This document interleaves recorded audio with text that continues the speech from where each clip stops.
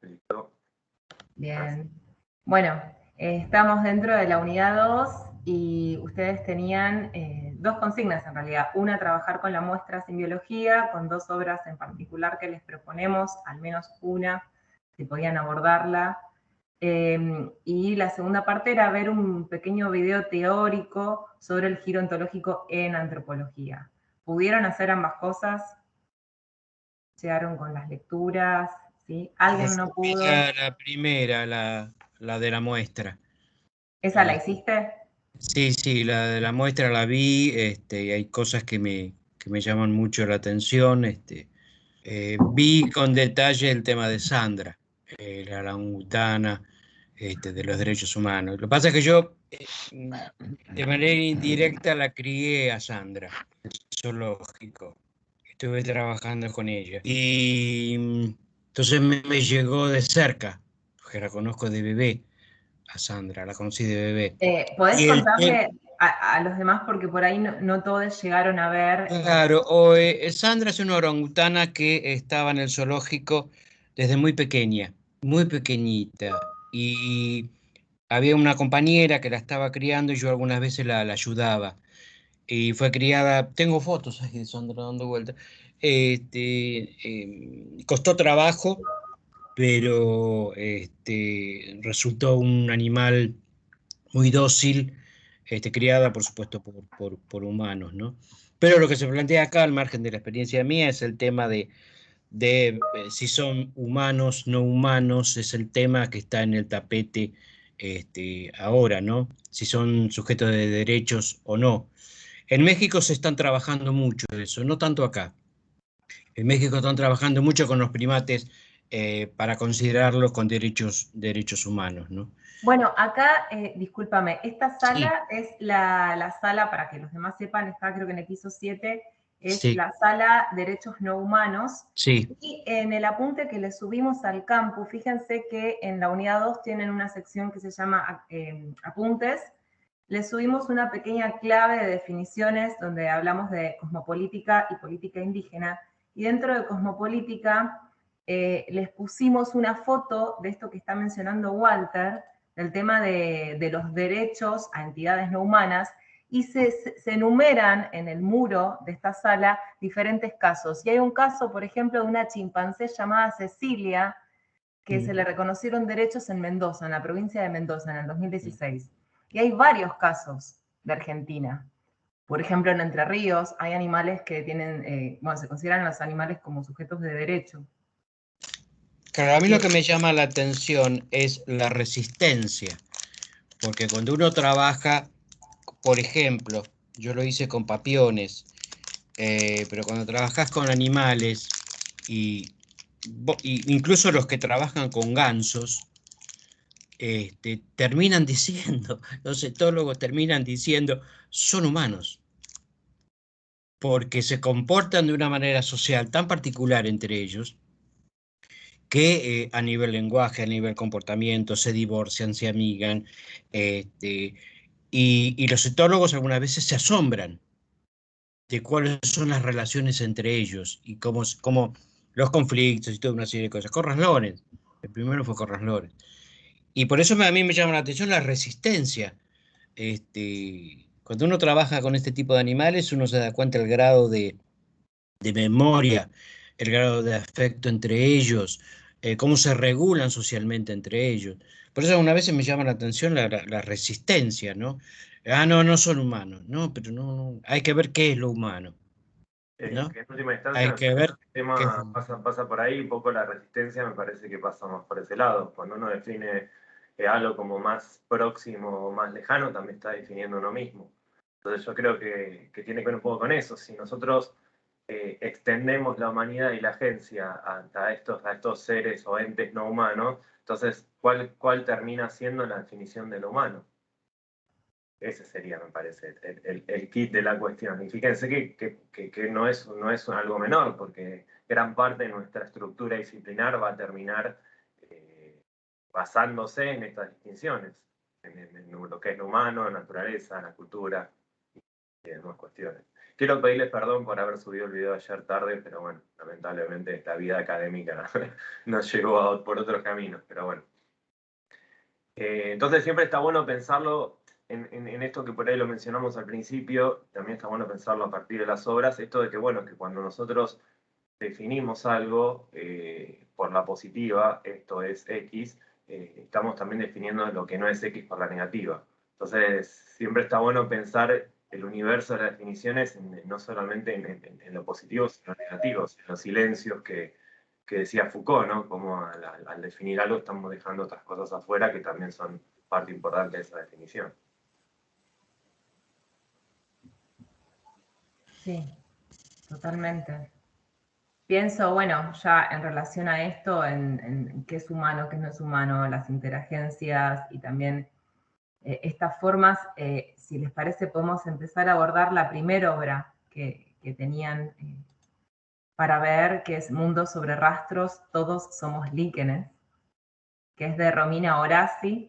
Esta obra es del 2021, se hizo para esta muestra. Romina Horaci, no sé si investigaron un poquito, pero ella ya venía trabajando con arte botánico. Ella lo que hace es instalaciones donde participan, donde son agentes, son como coautores,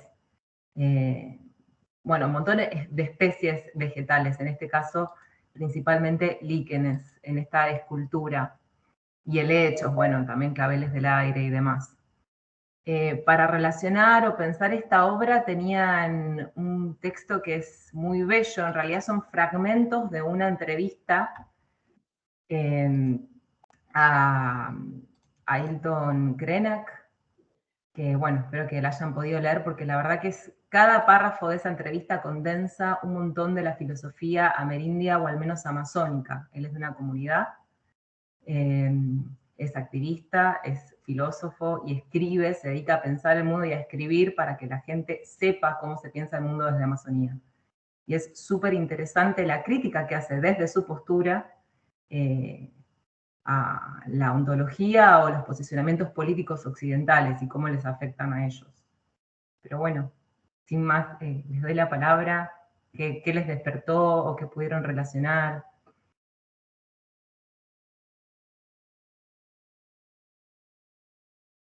Bueno, a mí me gustó mucho. Perdón que apago la cámara porque no me llega muy bien la señal de la pieza y tengo miedo de que se corte en el medio. La verdad que me gustó muchísimo todo el texto, realmente por momentos me impactó un poco, más que nada la parte que habla, bueno, de una caca petrificada de indio. Eso la verdad que sabiendo quién lo dijo y demás, porque después lo busqué, ¿no? Me choqueó mucho realmente, al menos verlo escrito. Y después por ahí me quedé como medio maquinando un poco, quizás, no sé por ahí si se puede relacionar con lo que hablamos la clase pasada de Kusikanki, el lenguaje, cómo las palabras se encubren, de una frase que dice, hablando en la parte del programa de indio, esa frase, ¿no? Y al final dice, el lenguaje puede ser un vehículo del prejuicio que segrega veneno. No sé, o sea, como que me quedé con eso, me cuesta todavía igual ver qué significa del todo, pero me quedé como muy impactada con esa frase realmente. Más que nada, bueno, y con todo el texto en general, ¿no? La verdad, hay cosas que por ahí lo sabemos de antemano, pero al menos a mí me es muy fuerte leerlo y me encantó realmente que se pueda compartir todo este texto, la verdad. Y en relación a la obra, ¿hay algo que del texto puedas haber visto en la obra? Y ese es el tema, por ahí me pasaba lo mismo que dijo Martina, que yo aparte de lo que es de arte estoy muy alejada, la verdad es esa, entonces por ahí y ver solo eso, me quedo y digo, bueno, ¿y qué es? ¿Qué puedo hacer? Naturaleza, líquenes, no sé, es una persona, pero me costó un poco realmente relacionarlo. Así que bueno, como que hoy seguí leyéndolo un poco, volver como retomándolo, porque la verdad que con una lectura no lo podía del todo desarmar, por así decirlo. Más que nada eso. Bien.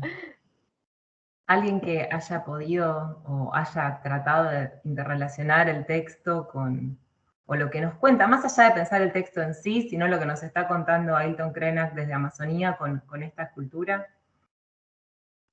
En mi caso, yo no tanto con ese texto, sino con algo que había dicho Kush sobre el arte funcional. A veces pensaba en esta idea de cuando vos querés mostrar algo, ir relacionándolo con lo de esto de que las palabras se encubren, la idea del arte con el significado que la gente pueda otorgarle, no más allá de tener que contarlo. Inclusive, como yo les decía antes, yo me baso en lo que explican en el propio texto de lo que están. Yo estoy leyendo esas palabras para entender que el líquen es resistente a todo, que crece en cualquier lado. Entonces, esa significación del líquen se la doy a partir de lo que leo. Pero la intención quizás del artista al ver una obra es eliminar ese paso a través de las palabras, que el artista misma diga, y es, bueno, el significado va en la obra y en lo que cada uno contextualiza de la obra, ¿no? Y que funciona a su vez en este plano de entender una problemática. Y ahí yo me planteaba si lo entiendo bien, si Kush habla de estar ahí en ese suelo, en esa cuestión de pertenecer a un lugar para entender el significado. En este caso, el significado vendría a ser mucho más global que estar acá, que estar ahí en Argentina o en algún lugar. Si no es una problemática de la que apunta, es cómo la naturaleza en un mundo actual que se preocupa bastante poco por la naturaleza. Entonces ya dejaría de ser tan local para ser un tema mucho más general, un contexto de significado mucho más grande que solamente el local. No pensaba que quizás esas escalas donde uno va a interpretar alguna evidencia, en este caso ya no sería, insisto, local, sino más bien problemática global que nos afecta a todos. Está muy bueno. Me deja pensando, sí. Nair, que está levantando la mano. Sí, me parece que había otras personas más también levantando la mano. Yo veo bueno, medio poco con esta... Sí, está Mabel, está Martina, pero si querés arrancar vos y vamos. Bueno, dale, voy a tratar de ser breve porque la verdad que estos temas me interpelan mucho porque son básicamente mis temas de investigación. Para los que quizás no escucharon mi presentación la clase pasada, yo soy de filosofía, soy marplatense también, pero básicamente mi investigación gira en torno a la dicotomía naturaleza-cultura en relación con la cuestión de la singularidad humana, que es lo que estaba comentando Walter hace unos momentos, pero sin irme demasiado por las ramas, yendo a la obra, esta primera obra que ustedes nos propusieron para pensar, a mí me impacta mucho la presencia del cemento, ¿no? Quizás comprender al cemento, a esa figura del cemento y esa base cuadrada como la cultura opuesta a la naturaleza, y hago las comillas porque ¿qué sea la naturaleza? Me parece que es una pregunta inmensa, es una pregunta que me obsesiona desde hace algún tiempo, y creo que no hay una respuesta definida, pero nosotros como occidentales quizás coincidiríamos o podríamos coincidir en que ese hecho representaría la naturaleza, si quisiéramos hacer una lectura en términos representacionalistas, ¿no? de la obra, y el cemento como la cultura o la manera de vivir en ciudades, también quizás de un modo más artificial y quizás a veces hasta en contraposición o en lucha con lo natural, ¿no? De vuelta hago las comillas porque no tengo bien en claro qué sería esa naturaleza, además porque pienso que siempre estuvimos en coevolución con aquello que consideramos externo a nosotros, ¿no? Como seres humanos, ya sea otras especies animales o vegetales. De hecho, hay quienes sostienen que es la agricultura el primer momento de surgimiento de algo así como humanidad o como cultura, ¿no? La cercanía de la palabra también es bastante potente. Bueno, no, insisto, no quiero extenderme más, seguro voy a intervenir más adelante, así que por ahora eso. Buenísimo, buen aporte. Mabel, que estabas levantando la mano. Mabel. Sí, hola, buenos días. A mí, por un lado, que ya varios compañeros también lo han remarcado, me pareció de la parte pedagógica y didáctica que hayan propuesto esta actividad. Yo desconocía totalmente de la muestra, estoy en Salta, pero la posibilidad también de visitarlo virtualmente obviamente genera otras cuestiones. Los felicito porque, y aparte los dos casos también que han elegido, en cierto sentido, también chocan o se entrecruzan en realidad con ciertos intereses, pero en esta obra en particular, lo que me gustó, me llamó la atención es la vitalidad o la potencialidad de eso otro que en el marco de la naturaleza, o sea, yo todavía sigo pensando en naturaleza, cultura, de construirla, no obviamente desde la mirada, o por lo menos saber de dónde estamos pensando desde lo moderno, naturaleza y cultura. Obviamente todas estas obras y estos autores los están quebrando. Siento que en los líquenes, o como en la obra en sí, es la vitalidad, esa posibilidad de esto que es tan pequeño, de seguir construyendo relaciones, de vinculando, de crecer, de morir, de habitar o de ocupar, de territorializar, podemos decir, diferentes espacios. Esa vitalidad me choquea, me gusta muchísimo. Y vincularlo con este pensador indígena, no lo conocía por otro lado, así que también me costó la lectura, no me costó en sentido de que tiene mucha potencia todo lo que está diciendo, en muy poco, o sea, acostumbrado a mí en mi caso a leer la parte académica, que en general en 20 páginas tienen que desarrollar y fundamentar, y la retórica, etcétera. En estas otras narrativas, escrituras y lecturas, es la condensación, el poder, a partir de otro tipo de lenguaje, condensar pensamientos que por ahí no decimos teóricos, pero súper complejos, me cuesta bastante. No estoy acostumbrada a leer. Y por otro lado, lo que me gustó de este pensador indígena, no sé si lo puedo vincular o no, que él habla del brote también, ¿no? De esto de la potencia de la selva, a pesar de, bueno, muchas acciones para destruirla, para aprovecharla económicamente, la potencia de no solamente las comunidades indígenas que están ahí, sino todo el entorno en sí, y por otro lado, el dinamismo también de algunas de estas cosmologías, que sería la guaraní, me parece en particular, de pensar de que bueno, de esta realidad o esto que no lo consideran como naturaleza, este mundo que ellos donde están habitando también está, es un mundo que está en crecimiento, como que está en relación y está pensado con otro potencial mundo. Y no sé si ahí lo veo a esta idea del líquen también, como del crecimiento, de la vinculación. Hasta ahí va. Me gusta porque rompe obviamente con nuestras miradas, ¿no? Más encarnadas. No, está buenísimo y me quedo también pensando en lo que decís, Mabel, cómo nos cuesta esto de leer otro tipo de texto construido desde una lógica tan distinta, pues si eres una persona que estudió, está atravesado un poco por la academia, tiene otra forma de narrar las ideas y a su vez cómo también nos cuesta interpretar una obra. O sea, desde la materialidad, cómo está manifestando que todavía tenemos ese quiebre, ¿no? Como que nos cuesta hacer ese quiebre, a eso voy, de aproximarnos a otros formatos. Está buenísimo como ejercicio, nos parecía que por lo menos empezar ahora a indagar estos otros canales. Pero sí, muy bueno que te... Sí. Perdón, Laura. Y también lo que iba es que venía leyendo más cosas vinculadas de estas relaciones predador-presa, y esto como que te saca, ¿no? De eso, de ver otro tipo de relaciones que también están ahí, que nosotros damos prioridad, o por lo menos de ciertos estudios, investigaciones se dieron prioridad a otro tipo de relaciones. Estas, que no sé cómo llamarlas, no sé si rizomáticas, del brote me gustó mucho, esta propia artista busca eso, ¿no? En la naturaleza, en las plantas, que no creo que sea tampoco su objetivo de definir o dividir plantas y animales, pero bueno, ese es el campo donde ella está trabajando. Ver ahí otro tipo de conocimientos en las propias plantas me gusta mucho también. Totalmente, sí, muy bueno. Muy bueno. Bueno, Martina, estabas.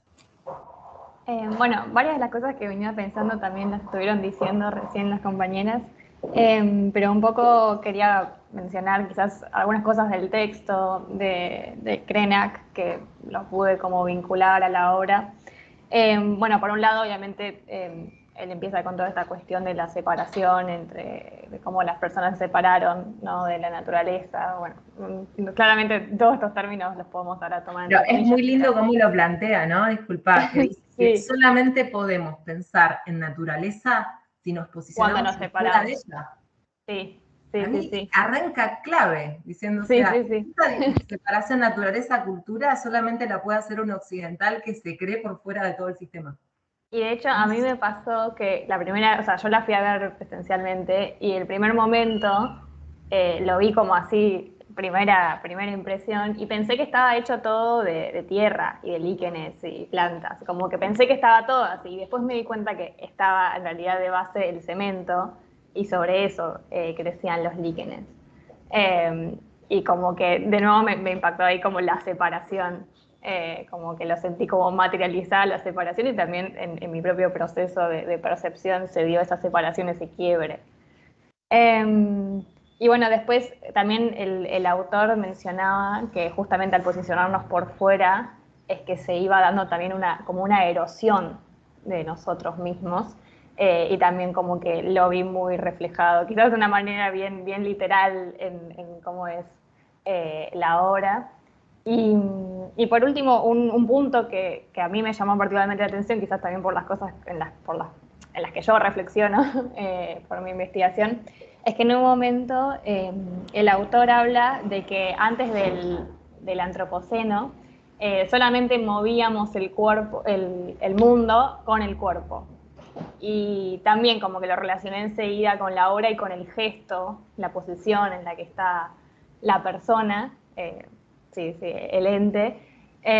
Y bueno, y lo importante bueno, que un poco ya mencionaron también antes, ¿no? De cómo eso, al principio el cuerpo vendría a ser nuestra primera tecnología, que es lo que también planteó ya Moss hace mucho tiempo, y que solo a partir de esto, el antropoceno o la máquina, o como dijo antes Nair, el control sobre quizás la naturaleza a partir de la agricultura, bueno, le podemos poner en distintos lugares el origen de esto, pero a partir de ahí se genera esta separación. Bueno, y también me había llamado la atención lo de, que ya lo dijeron, lo de la frase de que en Brasil la gente parece que brota de la selva, y bueno, y lo mismo como que ahí lo vi enseguida como la relación con la obra también. Eso. Buenísimo. Gracias, Martu. Ayelen, estabas levantando la mano. Sí, bueno, más o menos siguiendo con los razonamientos de los compañeros y compañeras, yo disparé para otro lado.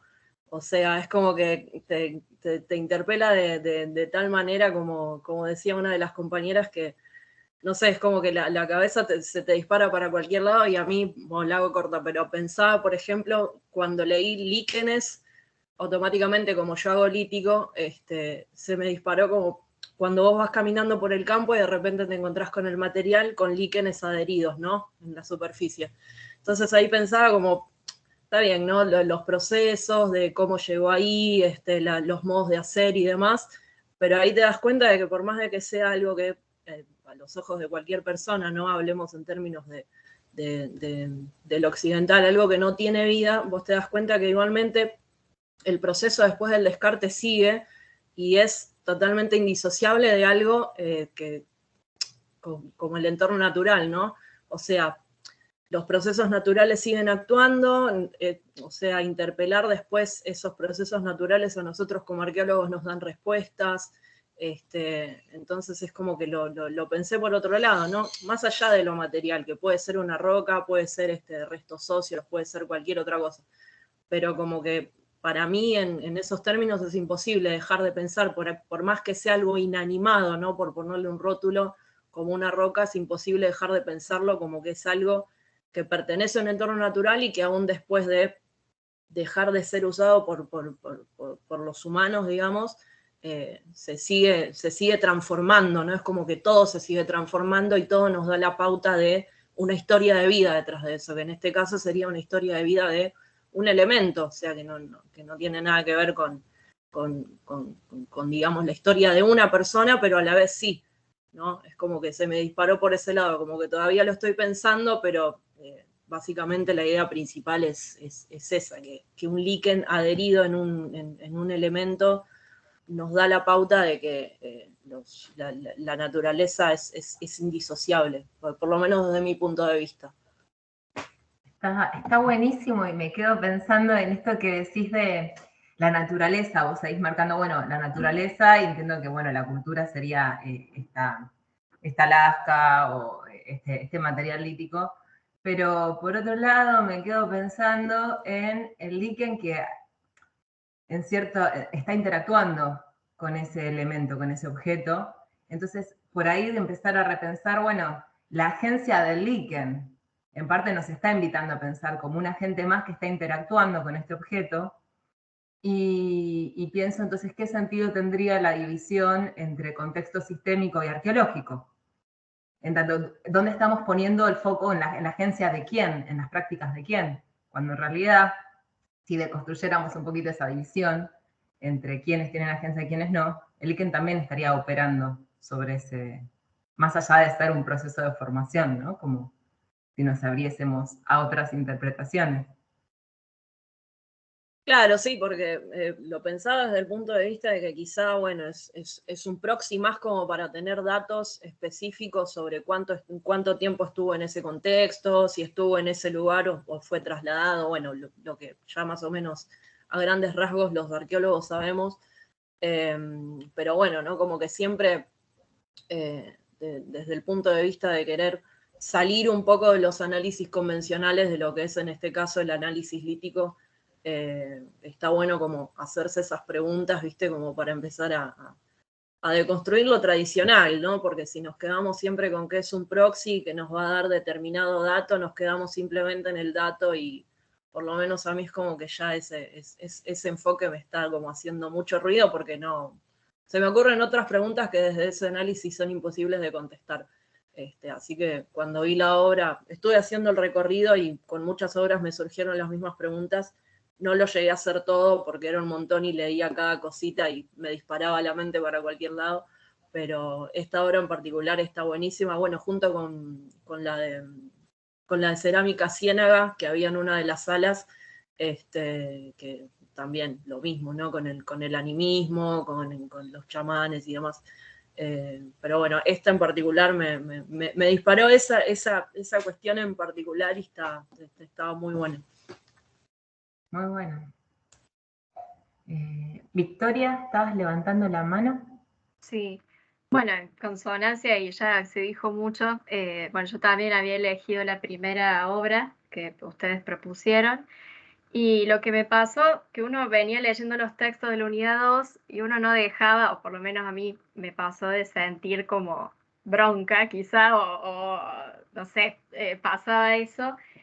Y junto con la obra y los textos, creo que hay como una continuidad en cuanto a una luz de esperanza, ¿no? De esto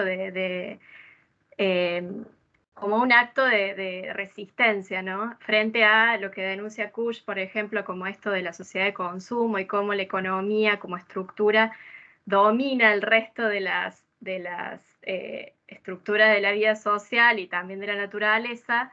Creo que la obra, bueno, aunque como decían las chicas plantean la importancia del cemento, hay como una divisoria de aguas, también rescatando lo que dice Martina, la posición de esta figura que parece femenina, ¿no? Y de la cual brota y sostiene esto de los líquenes y los helechos, que lo cual no sabía también la importancia de que los líquenes son una simbiosis en sí misma entre hongos y algas, y eso yo no lo sabía, lo leí ahí, y digo, ¿cómo eso, y que es algo duro, y que es algo que vuelve a brotar, y que en las ciudades, dice también Ailton, hay que limpiar, porque como que brota por todas partes, digamos, aún en cemento?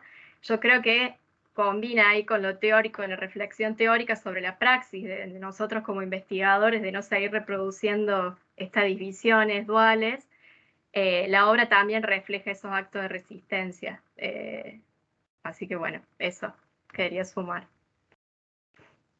No, buenísimo, sí, totalmente. Janina. Acá estoy. Bueno, hola a todos. Yo primero aclaro que soy bióloga, o sea, mi formación de grado fue en biología, así que un poco cuando vi la muestra, como que me entró por ese lado, básicamente.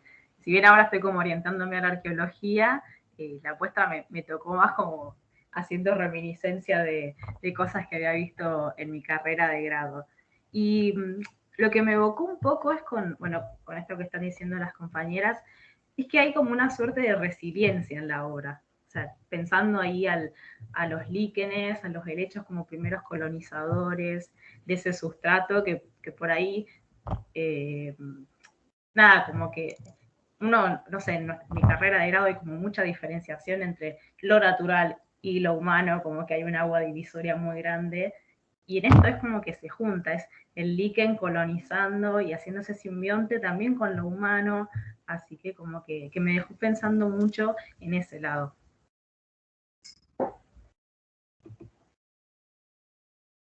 Sí, muy bueno esto que decís de los simbiontes, que es una de las propuestas también de la muestra, ¿no? Como estas interacciones y codependencias. Sí, totalmente. Está muy bueno. Walter, tenías la mano levantada. Sí, a mí me hizo pensar creo que es Belén que había comentado sobre lo lítico, ¿no? Eso pasa, o por lo menos a mí me pasa, es decir, cuando estás frente a un yacimiento, en un desierto, y ves todos los materiales líticos, cerámicos, óseos sobre la arena, te pones a pensar realmente que ahí hubo seres humanos que transitaron, vivieron, comieron. No puedes tomar los artefactos como si fueran un producto de trabajo o de manufactura. Sí, lo puedes hacer a nivel técnico, bueno, está bien, pero yo creo que hay que dar un paso más, ¿no? Porque esa punta de flecha de obsidiana que tenés en la mano la hizo un ser humano, exactamente igual que vos. Entonces ahí es cuando cambian las cosas, creo que ahí la visión necesaria tiene que cambiar, igual que hablábamos el otro día de arte rupestre, ¿no? Es decir, bueno, cuántas cosas hay que cruzan lo humano en eso que queremos llamar alítico, cerámica y tomar las medidas y el ancho y el espesor y la altura. Yo creo que hay que pensar otras cosas también, ¿no? Como es esto de que esa punta de flecha, cuál es la necesidad que tuvo la persona para realizar ese material para cazar y comer, ¿no?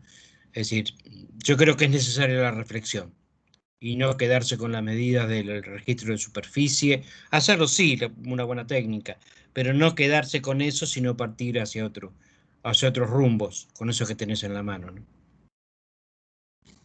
Me pasaste como alambre caído, ok. ¿Qué? Me pasaste como alambre ¿Vos caído. estabas levantando la mano? Sí, sí. ¿José? Bueno, dos cosas que un poco me quedé pensando en función de lo que veníamos discutiendo. Bueno, primero una cuestión metodológica del tema del arte contemporáneo. Yo soy docente en historia del arte, por eso insisto con esto, porque bueno, me costó un montón a mí también llegar a este punto. Pero bueno, cuando ustedes abordan una obra, digamos, el análisis de la obra se divide en dos partes, lo que sería análisis formal y análisis conceptual. El análisis formal tiene que ver con lo que ustedes están viendo. Entonces, bueno, ¿qué ven? Vemos una escultura antropomorfa en una posición determinada. Yo estaba viendo la postura en la que tiene este personaje que está cubierto de líquenes. En realidad es una postura de una figura mexica bien clásica, que es una diosa mexica que se llama Tlazolteotl, algo así, que es la devoradora de pecados. Por ahí en algún momento la vieron, es como una mujer que está en cuclillas pariendo.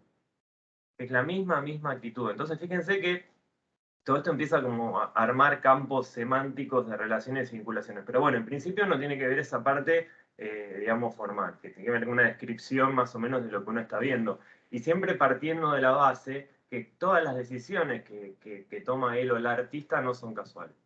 Entonces, la postura, la forma en la que están relacionados los elementos, para qué lado está cayendo la planta y no para el otro, siempre es producto de algo que nos quiere transmitir el artista con la obra. Entonces primero uno tiene como que enfrentarse en esta parte de la materialidad de la obra, que está bueno pensarlo de ese lado, hacer como una especie de epogé fenomenológica, poner entre paréntesis las interpretaciones y tratar de interpretar desde esto, de lo formal, lo material, el tamaño, o sea, que sea cemento y no sea madera, también me está diciendo algo. O sea, pensar que todas las elecciones formales, que sea una escultura, por ejemplo, también me está haciendo otra cosa, es una obra que uno puede recorrer, tiene 3 dimensiones, tiene varias caras para que uno la vaya viendo. O sea, todas esas cosas van sumando al sentido. Y recién en la segunda instancia, que es lo que sería el análisis conceptual, ahí es donde empezamos a jugar un poco con los significados. Pero siempre el análisis conceptual se apoya en el análisis formal. Porque si uno piensa, bueno, ¿y qué hubiera pasado, por ejemplo, si esta escultura, en vez de estar en cuclillas como está parada? Eso cambiaría también, en cierta medida, el sentido de la obra. Entonces, un poco el juego interpretativo de este arte contemporáneo tiene que ver con eso, con empezar a preguntarse en estos dos ámbitos para arribar, digamos, a lo que sería un análisis total. Entonces, si les copó la onda y tienes ganas de seguir viendo arte contemporáneo, digamos, es una buena manera de ordenarse la mirada, pensarlo de esta forma. Decir, bueno, o sea, análisis formal, análisis conceptual. Lo cual tampoco, y esto es lo que tiene interesante el arte contemporáneo, tampoco es que las miradas, una mirada es más correcta o verdadera que la otra. Justamente lo que les pasó a ustedes, en mi vida vi arte, de repente vi esto y flashé camarones, está perfecto, porque digamos, en última instancia, lo importante del arte contemporáneo es lo que les pasó a ustedes, que de algún lado, de alguna forma, de alguna manera, incluso sin saber por ahí de qué palo venía el artista o de quién nos estaba hablando, los interpeló. Por eso, José, cuando vos hoy dijiste que el arte conceptual es elitista, hay mucha discusión en teoría del arte sobre eso. Porque decir eso significa que una persona que no está previamente formada no puede abordar una obra. Y en realidad hay un montón de autores que dicen que sí, tranquilamente lo puede hacer, apelando quizá más a los sensitivos, por ejemplo, o recuperando desde este análisis formal conceptos, que bueno, un poco Hell lo dice, que lo vamos a ver la clase que viene, esta cosa de la agencia propia de la obra, esta agencia secundaria que tiene la obra por fuera de lo que el autor quiso decir. Yo tengo un sesgo sociológico que no puedo dejar de pensar en términos de campos sociales de Bourdieu. Pero bueno, otro día por supuesto, discutimos sobre el campo del arte.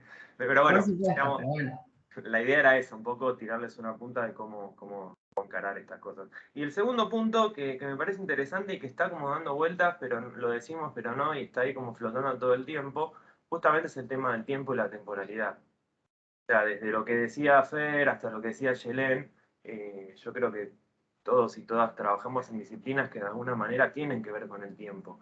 Entonces, ¿cómo estas categorías de tiempo y espacio, que son algo básico en cualquier cosmovisión o incluso a nivel casi ontológico, les podría decir, también nos lleva a pensarlo de otra manera? Porque cuando nosotros estamos viendo justamente el líquen, el líquen es algo que es un proceso que se da en el tiempo. Lo mismo pasa con el caso del lítico que decía Yelén o con los caminos que comentaba Fer al principio.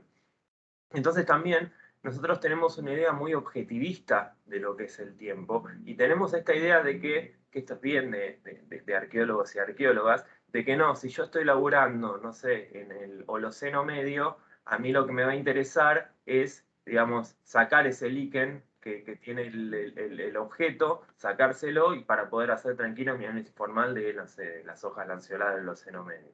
Entonces nosotros pensamos, y somos un poco producto de esta división schiferiana del contexto sistémico, contexto arqueológico, que el tiempo es algo que en realidad nos está jugando en contra a nosotros. Fíjense la obsesión que tenemos por las dataciones, por ejemplo. Y bueno, si no tenés la datación no podés decir nada porque estás tirando fruta. Entonces, digamos, me parece que esta obra también, porque pensar el tiempo de este lugar también es una manera, el tiempo también está inscrito en las relaciones naturaleza-cultura. Y yo diría que es una de las categorías básicas que justamente piensen en esto, el tiempo en la naturaleza, los procesos de formación del registro versus el tiempo de la cultura, que sería el contexto sistémico, versus el contexto arqueológico. Hay un autor que me gusta mucho, que es alemán, que se llama Holtorf, Cornelius Holtorf, si quieren después lo subimos en la carpeta de biblio compartida, que Holthoff nos propone hacer una biografía de los objetos, pero el tipo junta hasta las chapitas de Coca-Cola que encuentra en los sitios. Entonces no hay como digamos, nosotros a priori hacemos un corte que lo que pasó ayer no nos interesa, porque nosotros laburamos en el PR2, pero en realidad es muy interesante cuando uno empieza a abrir la cabeza y empezar a ver digamos, el tiempo como un continuo total. Entonces Holthoff nos va a hablar de, bueno, de la infancia, el tipo labura con monumentos megalíticos en una zona ahí de Alemania, pero dice, bueno, hay una infancia, hay una adolescencia, hay una madurez y hay una senectud de cualquier sitio arqueológico. Entonces, digamos, si bien nosotros, justamente por una cuestión de formación, entendemos el tiempo como compartimientos estancos que están dados por los periodos, cuando nosotros fenomenológicamente nos encontramos con el registro arqueológico, con la cultura material, en realidad es algo que condensa todas esas temporalidades diferentes. La temporalidad de los otros, la temporalidad de la naturaleza, la temporalidad de la cultura, nuestras temporalidades como investigadores, la temporalidad de la gente y las comunidades, que seguramente lo va a interpretar de una manera totalmente diferente. Y nosotros los arqueólogos lo pensamos como ruido. ¿Qué pasa si lo dejamos de pensar como ruido y lo pensamos justamente como algo completamente significativo? O sea, no empezar a pensar en el tiempo como una torta estratigráfica en la cual a mí solamente me interesa el dulce de leche que está abajo, sino empezar a trabajar de esta idea de la multitemporalidad. O sea, que justamente lo que nosotros nos encontramos, y me parece que esta obra invita un poco a pensar de esta manera, de esta cosa de la multitemporalidad, porque nos está contrastando justamente estas dos maneras de entender el tiempo que nosotros tenemos en la base. O sea, por un lado, este tiempo duro, estructurado, ¿sí? Del cemento, este tiempo creado por el ser humano, versus este tiempo de la naturaleza que es el líquen. Y que en realidad, me parece que lo interesante de esta obra, fíjense que nosotros es como que estamos siempre pensando, hasta ahora siempre la estamos pensando de un punto dicotómico en la obra. O sea, en ningún momento surgió, por ahí en el caso de Janina, bueno, que ella nos aportó el tema del simbionte, pero siempre desde el punto de vista del líquen. ¿Qué pasa si la obra, en vez de una dicotomía, la vemos como una unidad, como una totalidad? Donde me parece que ahí está lo interesante, donde la naturaleza y la cultura, en los términos dicotómicos que la entendemos nosotros, están presentes al mismo tiempo. Y ninguna predomina sobre la otra. Y esa es la idea de la temporalidad, entender ese proceso en el cual cosas que nosotros pensamos de manera antagónica, en realidad están presentes de manera simultánea. ¿Sí? Sería un poco dejar de lado el principio de no contradicción aristotélico y ver cómo las cosas pueden ser varias cosas a la vez. Entonces, bueno, me parece que también está bueno ir a estas categorías de base como el tiempo y el espacio y empezar a pensarlas también desde estos pares de oposiciones y bueno, ver la manera, si es posible o no, trascenderlas. Sí, está buenísimo. Totalmente. Perdón, yo no tengo forma de levantar la mano, así si interrumpo, pero lo pensaba en esta cuestión de lo que decía José y en general, ¿no? Como arqueólogo. Todo esto que se plantea, que está buenísimo pensarlo, no se vincula mucho con la escala con la que vamos a trabajar. No solamente, o sea, obviamente el tiempo es continuo, en algún momento lo hemos hablado, pero cuando uno se performa lo que está queriendo entender, de alguna manera no es imposible ver todo. Entonces, de alguna manera, aunque sea como estructura de lo que vas a hacer, tenés que segregarlo en algo abordable. Entonces, a veces en esa cuestión de marcar y armar tus escalas, también te encontrás con esta cuestión de, en algún punto, todo ese continuo lo tenés que cortar. Entonces, puede haber multiplicidades de significados, a lo mejor estilo eco, digamos, pero el mismo objeto visto de diferentes formas por diferentes actores y para diferentes instancias. Pero a veces yo creo que la cuestión interesante, otra vez, de pensar es qué queremos ver y de toda esa multiplicidad en algún punto tenemos que hacer un recorte. Entonces, a veces los recortes creo que son necesarios. Sí, pero yo lo que te diría, Fer, es que, digamos, hacer un recorte es una cuestión metodológica. O sea, si uno quiere abordar todo del día uno, y lo más probable es que no te den el proyecto, no te den la beca, te sacan de una patada porque claramente no lo vas a poder hacer. Pero uno siempre, por más que no sea tu tema de investigación, uno siempre lo piensa de todo. O sea, tenemos que sincerarnos también. O sea, nosotros pensamos de manera hermenéutica. O sea, nosotros no podemos entender una parte sin pensar el todo. Por más que por ahí ese todo no sea, digamos, tu problema de investigación particular. Por ahí vos estás laburando con, no sé, las redes viales del periodo de desarrollo regionales y cómo cambian o no con la llegada del Inca. Es un problema puntual que a vos te va a llevar a, digamos, a recortar ciertos aspectos de esa red vial que por ahí los tipos la siguen usando hoy en día. Pero eso no implica que, digamos, en segundo plano, de manera latente, vos estés pensando esas relaciones en el paisaje como un todo, porque vos lo estás experimentando de ese lugar. O sea, ese es el tema. Y esto está bueno pensarlo, esto de estar fuera o dentro de la naturaleza que nos proponía el filósofo, ¿no? Entonces, uno cuando va al campo, cuando camina, cuando releva, uno está dentro de ese paisaje, no está fuera. Por más que uno se coma el viaje de la objetivación, digamos, si hace frío te morís de frío, si es alto te apunás, si hace calor tenés sed. Entonces, es imposible desvincularse de ese paisaje. Entonces, yo diría que el proceso es al revés. Uno se encuentra con ese paisaje y eso te detona un montón de cuestiones, preguntas, dudas, temas que tienen que ver con ese paisaje como un todo. Uno después, en una segunda instancia más controlada, objetivada, empieza a desarmar ese problema.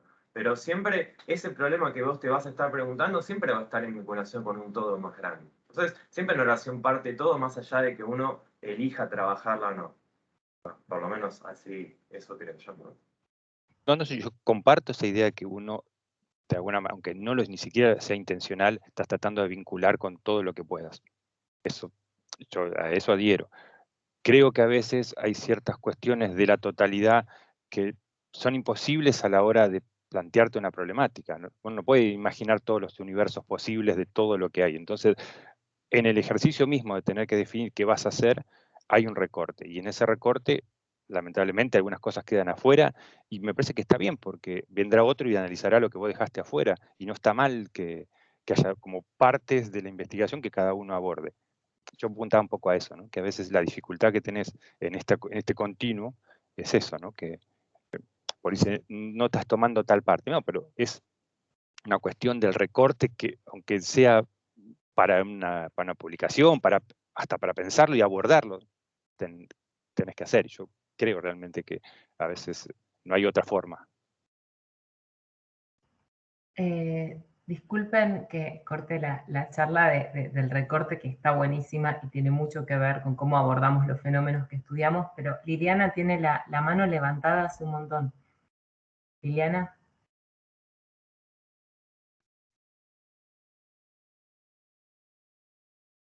¿Estás ahí, Liliana?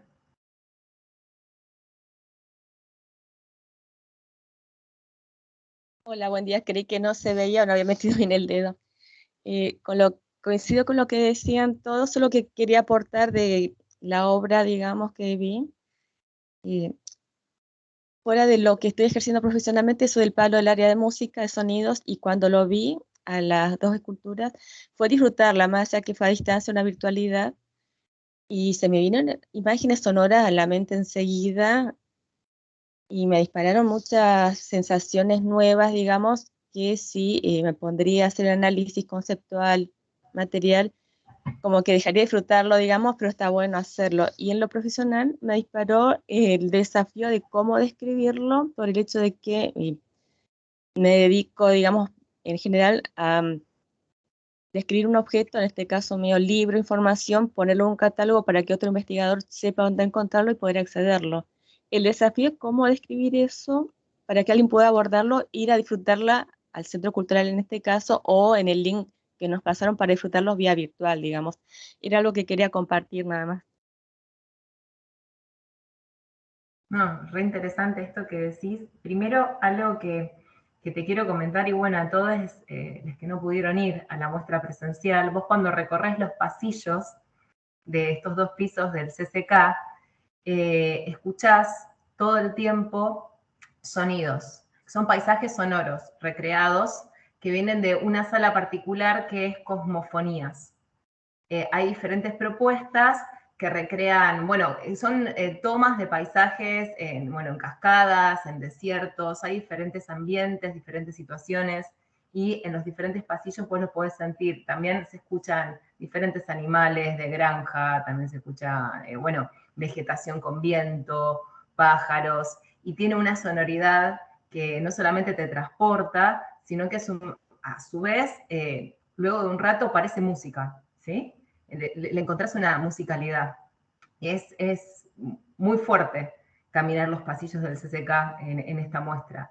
Y esto que decís de que la obra misma te evoca sonidos, me parece fantástico. Y apoya un poco lo que estábamos diciendo, bueno, ¿cuán formado tenés que estar realmente antes conceptualmente para abordar una obra? ¿Te hace falta que sea representacional para que la entiendas o te despierta algo? No, bueno, la obra en sí, más allá de lo que la autora quiso transmitir, nos está transmitiendo algo sensible y que tiene que ver con algo que supera el intelecto. Tiene más que ver con cómo percibimos, con qué otros sentidos estamos percibiendo la cosa que observamos. Y que también tiene que ver con esta propuesta del giro ontológico, cómo jerarquizamos nuestros sentidos o le damos más bola al intelectual por sobre lo que estamos experimentando con el cuerpo. Es eso. Y lo que decís de cómo describir esa obra para un catálogo me parece fantástico. Cómo estás operacionalizando y viendo qué rasgos describirías, es muy interesante. Como investigadora también lo pienso. Bueno, Mari, vos nunca hablaste hasta ahora. Ahí va. Buen día, ¿qué tal? Bueno, para empezar me encantó el ejercicio, muchísimas gracias. El desafío también de la virtualidad y la posibilidad, ¿no?, de poder acceder a ello, que ya lo compartieron.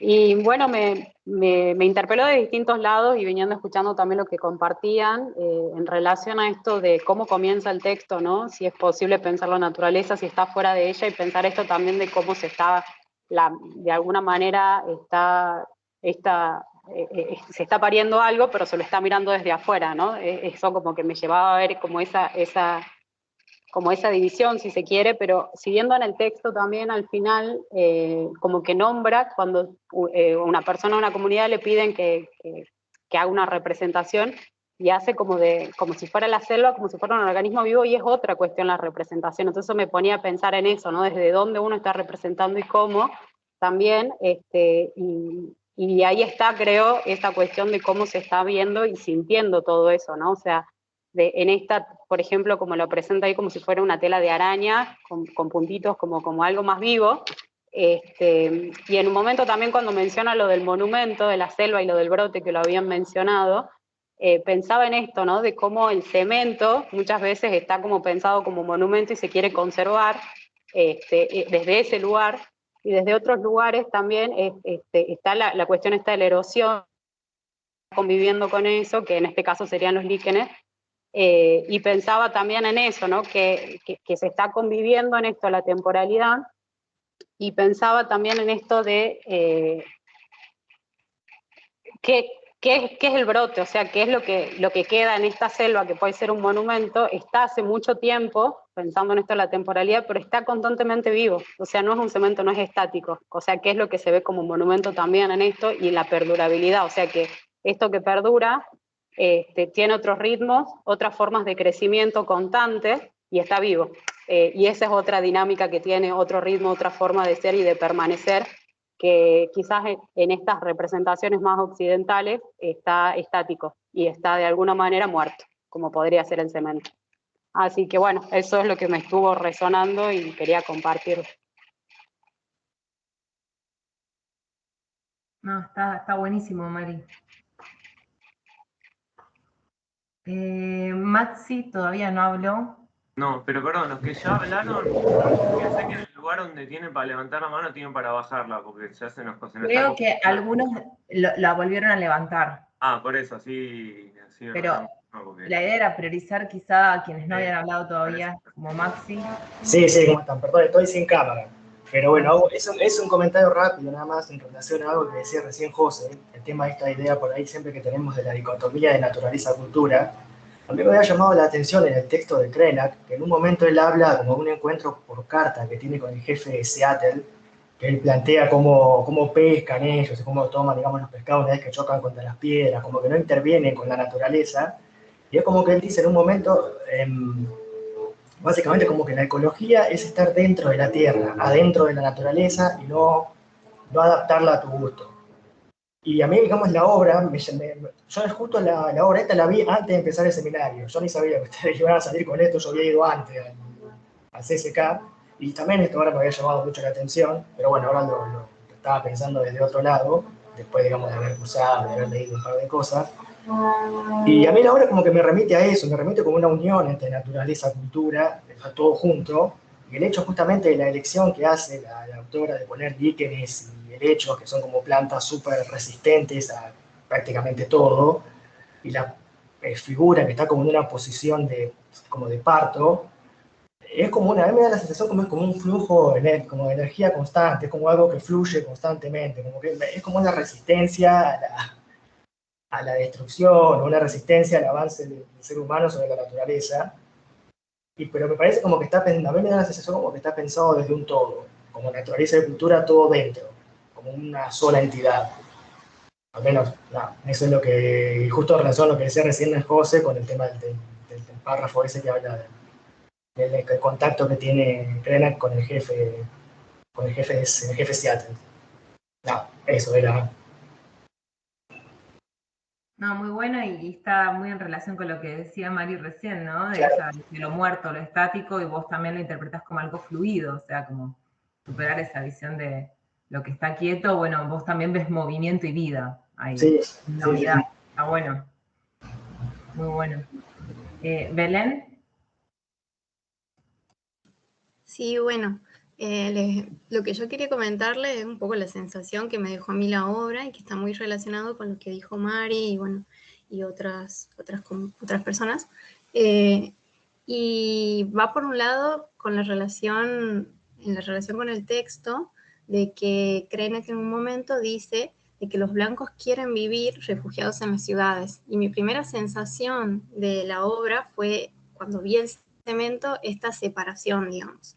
Pero después me puse a pensar que en realidad la sensación violenta que me había generado esa separación por poner el cemento a la par de los líquenes y de los helechos era más que nada una ficción, porque también me imaginé o me dieron ganas de descascarar ese cemento y pensé que lo que estaban haciendo los helechos y los líquenes eran eso, estaban buscando la tierra profunda que está atrás de ese cemento y que tiene que ver con las ciudades mismas también, o sea, relacionándolo con el cemento de las ciudades, que abajo de ese cemento hay tierra y que, no sé si les ha pasado, pero acá en Tucumán se ve mucho y me remitió totalmente a eso, de que vos ves un edificio y en el medio del edificio están creciendo plantas o en la parte del techo y es increíble y lo relacioné por ese lado a la obra y me di cuenta que al final no está hablando de una separación, sino de una unión y que está relacionado con lo que hablaba José.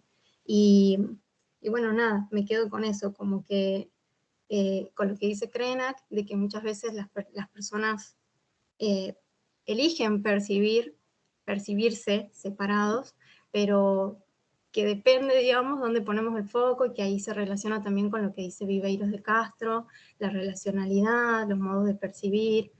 Y bueno, era eso nada más, la sensación que a mí me generó. Buenísimo, Belén, gracias.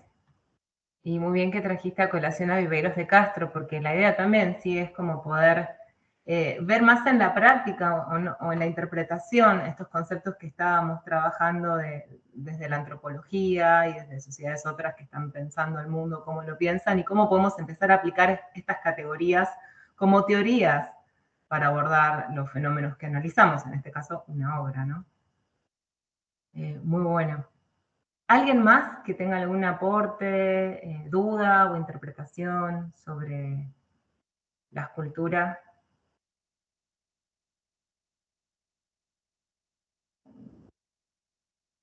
Si les parece, podemos pasar a la segunda obra. Ah, Martina, ahí. Sí, algo cortito nomás.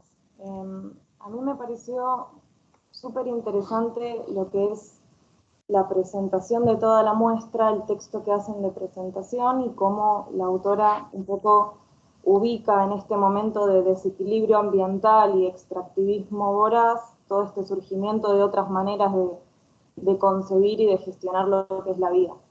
Y la obra, o sea, me encantó escuchar a todos porque como que eso, desde donde cada uno se para o desde la trayectoria de cada uno, es como que la obra dispara cosas nuevas y distintas.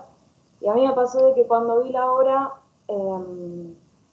como que se me dispararon dos situaciones. Por un lado, me parece interesante que en lo que es la descripción de la autora de la obra, cuenta que ella también trabajó en lo que es la Villa Rodrigo Bueno, que es una villa que me parece súper particular porque está cerca de lo que es la costanera, y a diferencia de lo que son las villas súper de capital, tiene un desarrollo más en horizontal que en vertical. O sea, esa villa, en vez de estar caracterizada por ese pasilleo y construcciones súper altas y todo cemento, como que avanzó sobre lo que es la costanera.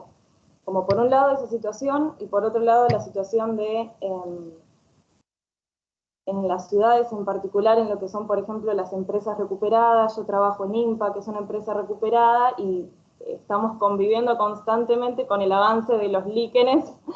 Se arman lagunas naturales en el medio de la fábrica, empiezan a haber enredaderas que recorren todas las paredes, que terminan también sosteniendo esa estructura que quedó como que se empezó a deteriorar, que no tiene tanto cuidado y demás. Entonces como que se me disparó un poco pensar cómo en ambos casos, en el caso de las empresas recuperadas y la naturaleza ahí brotando, y en el caso de la Villa de Rodrigo Bueno, cómo ambas son expresiones un poco a la resistencia ante el extractivismo. Como que por un lado, todo lo que es la Rodrigo Bueno, queriendo correrse de lo que es un extractivismo, que yo lo relaciono más con lo que es el extractivismo de nuestras propias fuerzas de trabajo, de nuestra corporalidad, lo productivo y lo avasallante de las ciudades, de estar todo el tiempo eso, como avanzando en múltiples capas de construcción, y por otro lado todo lo que son las empresas recuperadas también yendo hacia un extractivismo, ese mismo lado, ¿no? Como el de la producción y de las relaciones de trabajo y demás. Entonces como que me disparó un poco el pensar cómo en este caso, usando un poco la dicotomía naturaleza-cultura para intentar explicarme, cómo en este caso tanto lo animal, vegetal, natural, tanto como lo humano, cultural y demás, todo eso igual como que lleva hacia ese lado de resistencia del extractivismo y el desequilibrio ambiental. No sé si me dejo terminar de explicar, pero como que me quería compartirles esto porque se me disparó desde este lado un poco la obra también. Eso, y cómo no necesariamente es el humano o la naturaleza luchando contra el extractivismo, sino como todo junto a la vez, y que eso se posibilita por este surgimiento de otras maneras de concebir y de gestionar la vida. Esto está buenísimo, Martina, porque nos sirve como puente directo a la lectura de Marisol de la Cadena y bueno, y a estos conceptos que nos interesa que, a ver, no tienen un video teórico, pero sí tienen el apunte porque nos parecía importante que los conozcan, el de cosmopolítica y el de política indígena, porque tienen totalmente que ver, ya sea con la muestra, con esta unidad, porque si estamos hablando de formas alternativas a la ontología occidental y su puesta en práctica en términos políticos, ¿sí? Como decolonizarnos, bueno, estas son las propuestas. Son conceptos que tienen bajada práctica concreta. Pero bueno, así que si algún primer voluntario para hablar de la cadena y esta obra que está buenísima, Plantío Rafael Barret, o Barret, que es de Mónica Millán y Adriana Bustos, pero esto es importante, ellas figuran como autoras, pero en realidad es una colaboración con dos organizaciones campesinas. una es con Amuri de Paraguay y la otra es el Movimiento Nacional Campesino Indígena de Argentina. Si pudieron leer un poco de qué iba, fueron dos instancias distintas con el mismo concepto. Una se dio en Paraguay, otra se dio acá en provincia de Buenos Aires. Y lo que hicieron fue básicamente como forma de resistencia ante la pedida de terreno, un plantío, un cultivo. Son instalaciones de chacra, donde la gente trabaja. Y se registró esto en diferentes formatos. Hay autorretratos, retratos, escritos en primera persona, biográficos de cómo fue la experiencia, banderas, hay un montón de formatos de registro de lo que fue la experiencia del sembradío. Y es muy interesante. Como acto de política indígena en algún sentido, ¿sí? Bueno, algún voluntario que quiera, no sé cuántos llegaron a ver esta obra.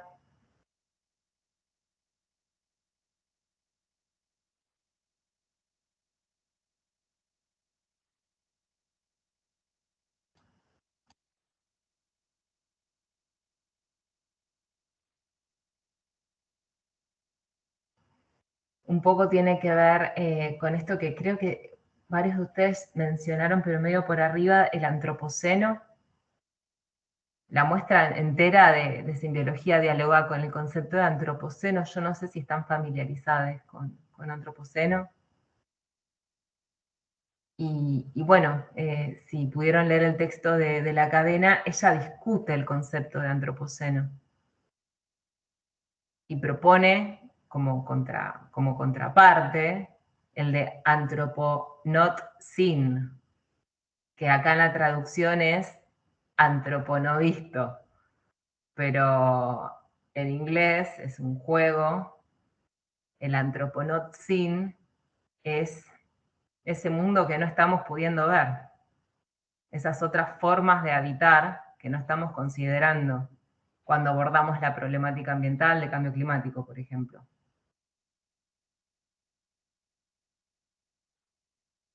Bueno, ¿alguien que... ahí, Mabel? Sí, no pude profundizar tanto en esta obra, me costó, entendí que eran imágenes que recuperaban la experiencia, me pareció, no sé si iba por ahí, por un lado que esto desafía, ¿no?, cómo esa experiencia transformarla en una obra, que parece que era el video, o por lo menos había un video, un enlace a un video con diferentes imágenes, que me parece no tenía sonido, por lo menos no había alguien relatando. Como el desafío de a ver si se puede, uno piensa en el arte, o por lo menos en mi caso, ¿no?, en poder representarlo, ya sea en pintura o en escultura, como veníamos viendo, que son mucho más complejas. En este caso entendí que eran como una selección de imágenes o pósters o una cuestión así. Entonces, cómo pasar de un formato al otro y contar la experiencia. Capaz que si vemos directamente la obra y no entendemos que es consecuencia de múltiples voces lideradas o por lo menos coordinadas por estas dos artistas, o muy bien no entendí si eran artistas activistas, ahí me resultó un poquito más difícil.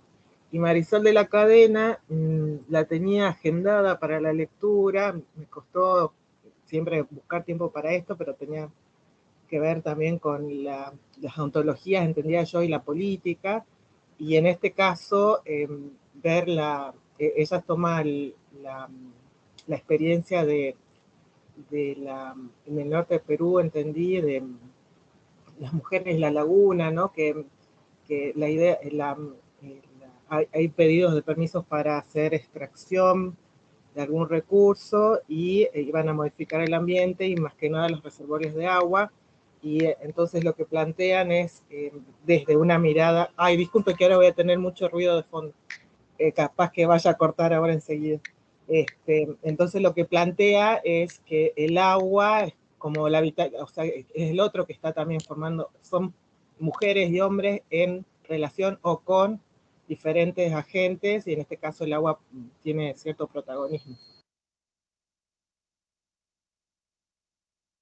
Sí, sí, totalmente. Bueno, es un texto muy interesante el de Marisol de la Cadena. Ella realmente, si les interesa, hay otro texto de ella en complementaria que habla específicamente de política indígena, y lo que hace es registrar y analizar estos casos donde se dan, en términos de Viveiros de Castro, el concepto es equivocación. Por cierto, tienen en complementaria el paper de Viveiros de Castro donde habla de este concepto que es la equivocación controlada, la equivocación, que yo creo que el terreno de la política está, pero lleno de equivocaciones. Y se trata de formas tan distintas de entender el mundo, que parece que están dialogando, parece que están discutiendo, pero están hablando de cosas diferentes.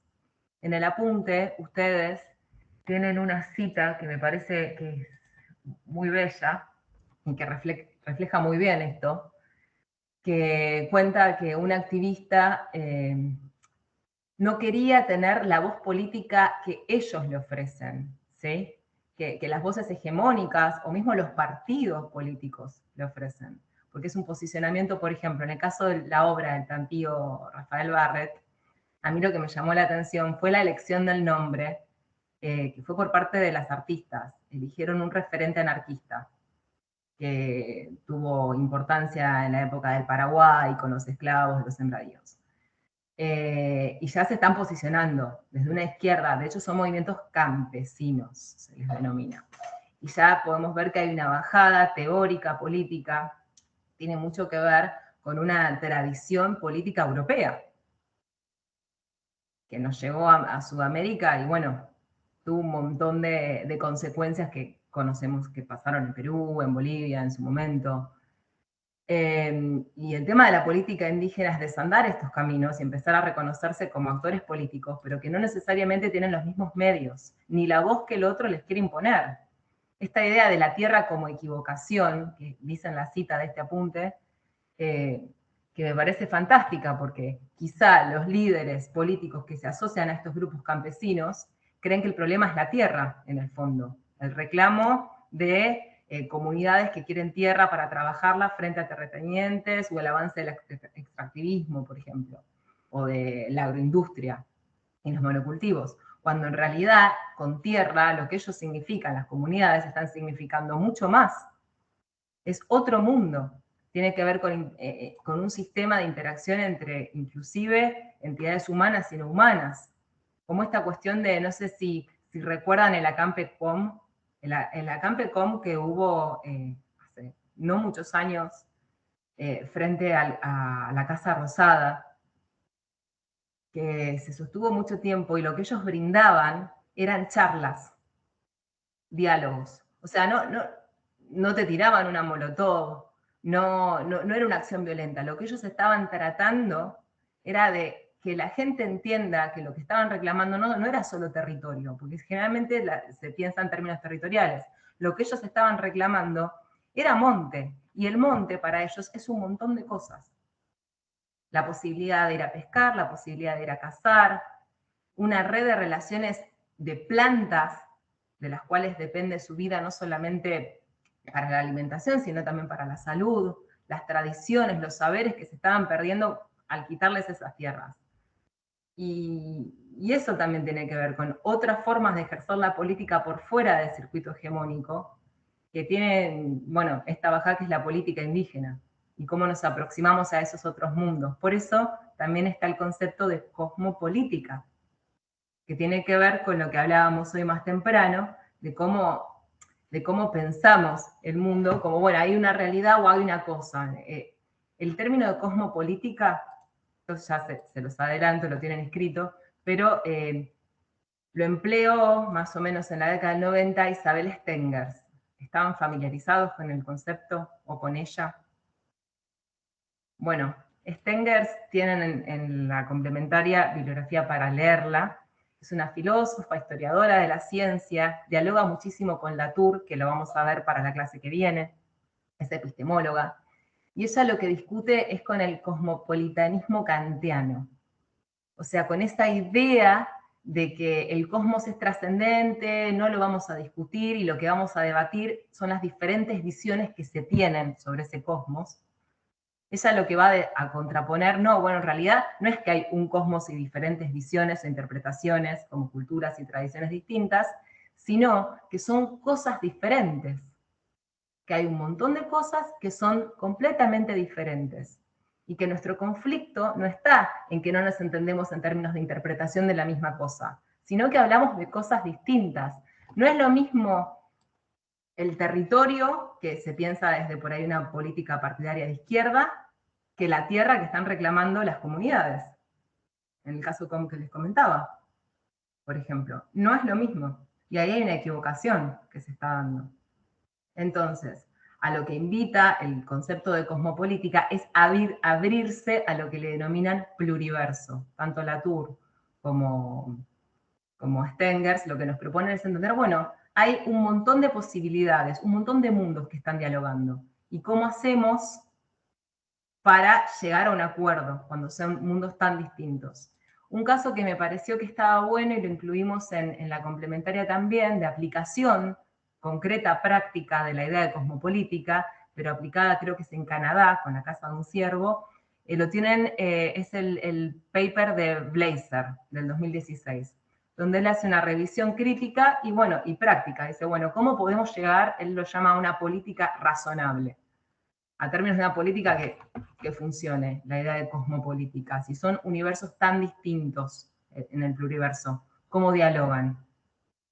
Y eso es lo que se preguntan.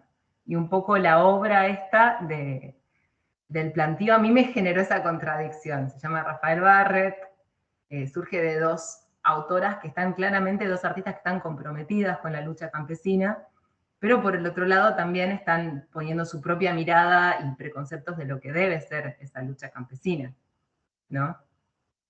La política acción es una acción directa de sembrar con todo lo que implica, pero hay un montón de otro mundo, hay un montón de otros elementos que quizás se les están escapando un poco. Al menos es la lectura que yo hice de esta obra. Ahí Nair tenía la mano levantada. Sí, súper cortito en relación con lo que había estado comentando la compañera sobre el texto de Marisol de la Cadena. Creo que ahí está claro que para las guardianas de la laguna no es agua, no es H2O, digamos, tiene otro estatuto, diríamos nosotros.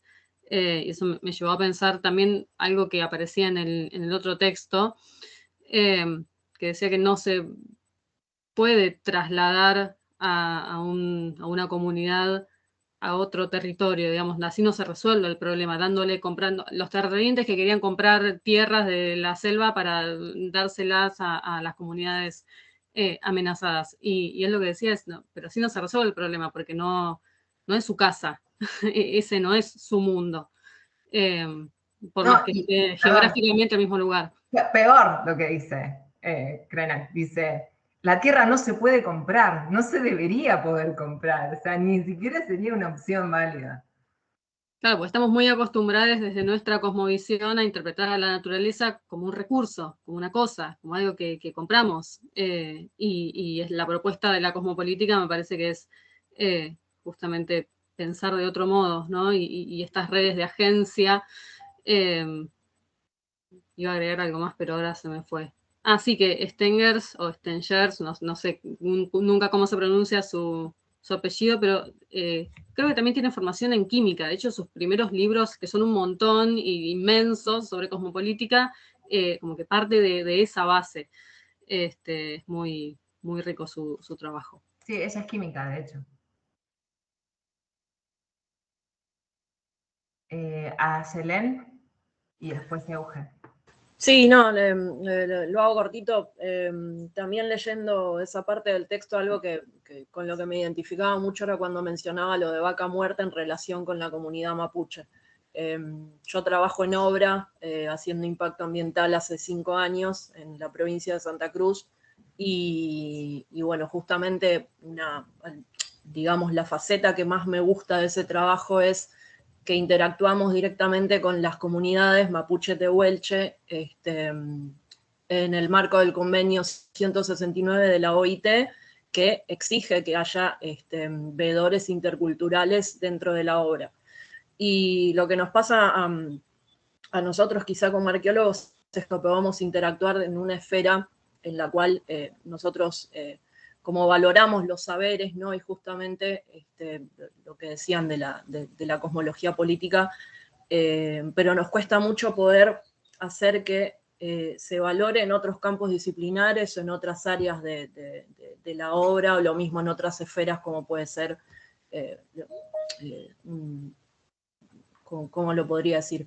Como los altos mandos, ¿no? de una obra, cualquiera sea, ¿no? O sea, no, yo pongo este ejemplo, pero a nosotros nos enriquece muchísimo justamente poder dialogar con ellos porque tienen otra perspectiva de lo que es el territorio, porque para ellos no es tierra simplemente, para ellos es territorio, como veníamos hablando recién, y eso engloba un montón de otras cuestiones, otras relaciones, otros vínculos, ahí viven los ancestros, o sea, es totalmente, es un continuum, ¿no? O sea, territorio y vida del ser humano en relación con las entidades no humanas, y también me recordaba algo que veníamos trabajando con un compañero antropólogo desde el año pasado, que es los conflictos en torno al volcán Lanín, ¿no? Que bueno, nosotros tenemos como una visión más de ancestría, ¿no? Del territorio y las distintas concepciones, ¿no? Y formas de relacionarse con la figura del pillán, que para la comunidad mapuche no es un volcán, sino que es un pillán que representa un montón de entidades no humanas con las cuales ellos se han relacionado durante toda su historia, ¿no? Pero bueno, a lo que voy es que me gustó esa parte del texto porque hay mucha tela para cortar y muchas cosas para decir al respecto. Bien, genial, genial. Me gustó, me quedé pensando en lo de veedor intercultural para decir algo, pero estamos cortos de tiempo, así que Euge. ¿Ahí se escucha? Sí. Bueno, igual es cortito porque no sé si tengo mucho para aportar de toda la discusión que vienen dando, súper rica. A mí por ahí lo que más me llamó la atención de la obra y de esa movilización que está como trayéndonos, tiene que ver con, bueno, un poco lo que vos decías, Lau, de estas otras formas de hacer política, ¿no? Involucrando a otros seres más que humanos. Entonces el hecho de movilizarse a través de un plantío, en donde además involucra no solo las semillas, las plantas, sino todo un proceso, ¿no? La siembra, después cuidar eso, después cosecharlo. Me pareció como bastante contrastante quizás con el tipo de movilizaciones al que solemos estar acostumbrados, no sé, ir a una plaza un día, un rato, después irse, como, bueno, es otra dinámica. Y bueno, eso me pareció como interesante.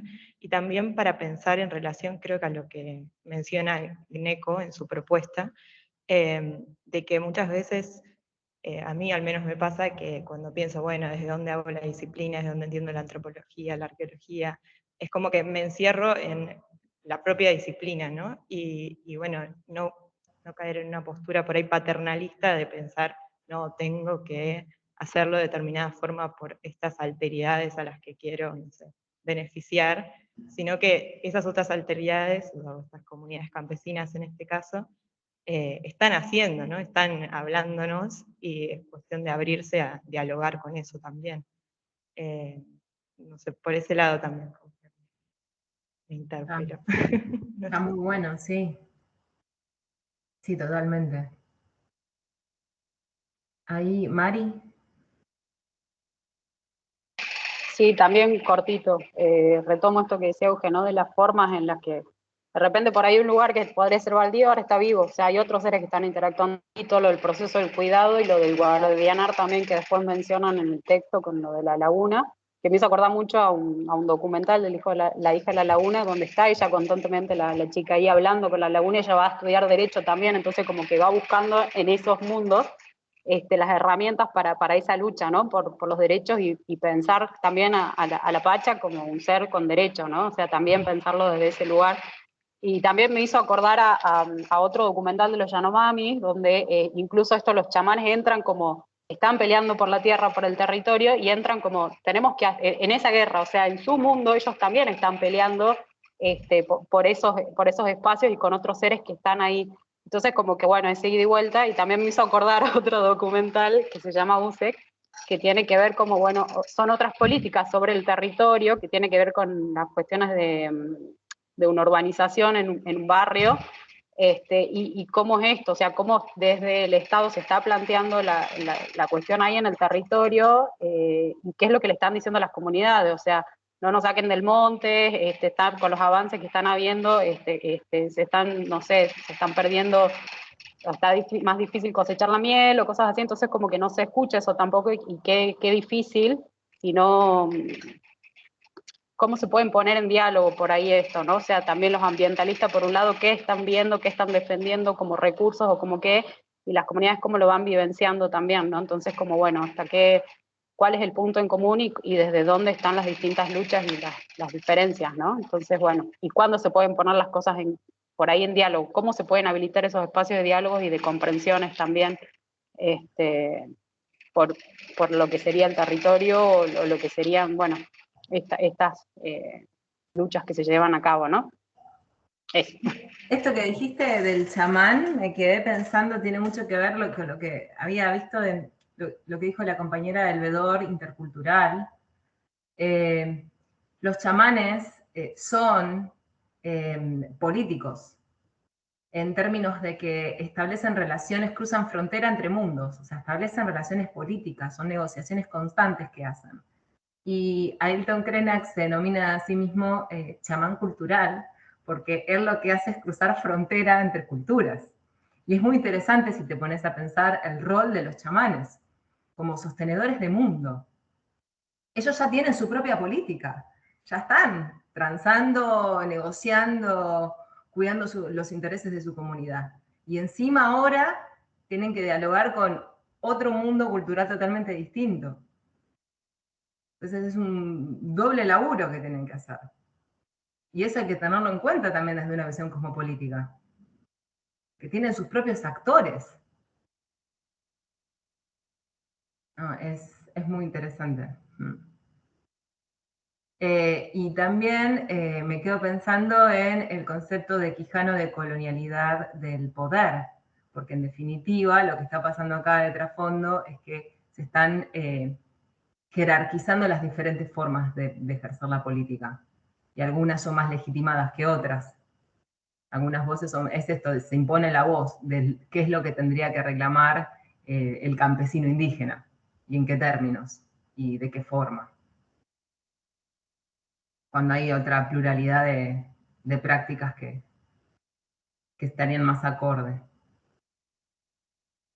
Bueno, ¿alguien más que alguna otra aporte? José. Te veo muy callado. Estaba escuchando. Euge, ¿te quedó la mano levantada o querés aportar algo más? Bueno, esto sí le teníamos que comentar que quedan 3 clases más, 3 encuentros sincrónicos más. El que viene ya nos vamos a meter de lleno en lo que es la arqueología, es lo que nos compete como arqueólogos. Pero en la última unidad, que van a ser las últimas 2 clases, vamos a hacer el análisis de casos. Y ese análisis va a estar guiado por ustedes. Esto se lo anticipamos ahora porque va a requerir que trabajen en grupo nuevamente a partir de los grupos que ya estaban preestablecidos en esta lista. La lista que está en el campus la vamos a actualizar porque está faltando, creo que Marina falta y Nair. Las vamos a agregar, van a tener un grupo asignado y a cada grupo le vamos a asignar 2 papers, 2 estudios de caso. Ustedes se dividen como quieran. Si todos quieren hacer los 2, buenísimo. Si quieren dividirse, la mitad hace este paper, la otra mitad hace el otro, no hay problema. La idea es que el cronograma está, igualmente se los vamos a dejar bien claro en la lista nueva que hagamos, que para la anteúltima clase se presenten 4 casos. No van a ser sincrónicos acá, sino que van a tener que grabar una pequeña presentación, como hacemos nosotros con los teóricos. Bueno, les pedimos lo mismo a ustedes. Por caso, un pequeño video de no más de 15, 20 minutos ya sería muchísimo, donde nos cuenten de qué va el caso, qué herramientas teóricas usa el autor o la autora, y nos den una pequeña devolución de lo que piensan de esa aplicación. Una sincera devolución con todo lo que estuvimos viendo en estas unidades. Bueno, que nos digan si les parece que fue una aplicación exitosa o no, o qué cosas sí rescatan o qué cosas mejorarían o pulirían. Entonces, si les parece, en estos días, bueno, cuanto antes les vamos a estar asignando los textos, así ya pueden organizarse, porque comenzaría el viernes que viene la discusión de los primeros videos. O sea, tendrían que subirlos para el miércoles, jueves. ¿Sí? No, la idea es un poco que hagamos lo que venimos haciendo. O sea, cada grupo sube sus videos, los vemos antes y usamos los espacios sincrónicos para charlar sobre eso. Entonces van a ser 4 autores el viernes y los 4 que restan el martes. ¿Alguna pregunta? Bueno, y a nosotros nos queda como tarea del hogar, antes del martes les tenemos que subir los últimos 2 videos, que va a ser un video sobre la Turigel, que lo va a armar Lau, y uno sobre el giro ontológico en arqueología, que lo voy a armar yo. Así que bueno, supongo que el lunes a más tardar ya los van a tener disponibles como para... Porque la idea del martes es discutir, digamos, el programa tiene 4 unidades, pero esta unidad del giro ontológico en arqueología nos pareció, digamos, la redujimos lo más posible porque nos parece más interesante que trabajen ustedes y presenten los casos directamente. Entonces va a ser una pequeña introducción a lo que fue el giro ontológico en arqueología y bueno, un poco discutir también a partir de los videos y las lecturas. Así que va a ser un poco la dinámica para el martes que viene. Pero bueno, vayan pensando entonces el tema de los grupos. Ya supongo que hoy les vamos ya a volver a armar los grupos y asignarles ya los textos, así ya pueden empezar a pensar cómo lo van a encarar. Tómenselo de la manera más creativa que se les ocurra, no hace falta que hagan un power con ustedes hablando acá como hacemos nosotros. Los invitamos a que exploren formas creativas de hacer la exposición. Traten de hacerlo dinámico, traten de que no haya mucho texto, piensen en términos de imágenes, que también está bueno. Y bueno, los invitamos a que exploren formatos alternativos, siempre, digamos, tratando de respetar lo que el autor nos está queriendo decir. Y que sirva para discutir al autor, obviamente. Bueno, cerramos entonces, ya nos pasamos 7 minutos. Corto la grabación.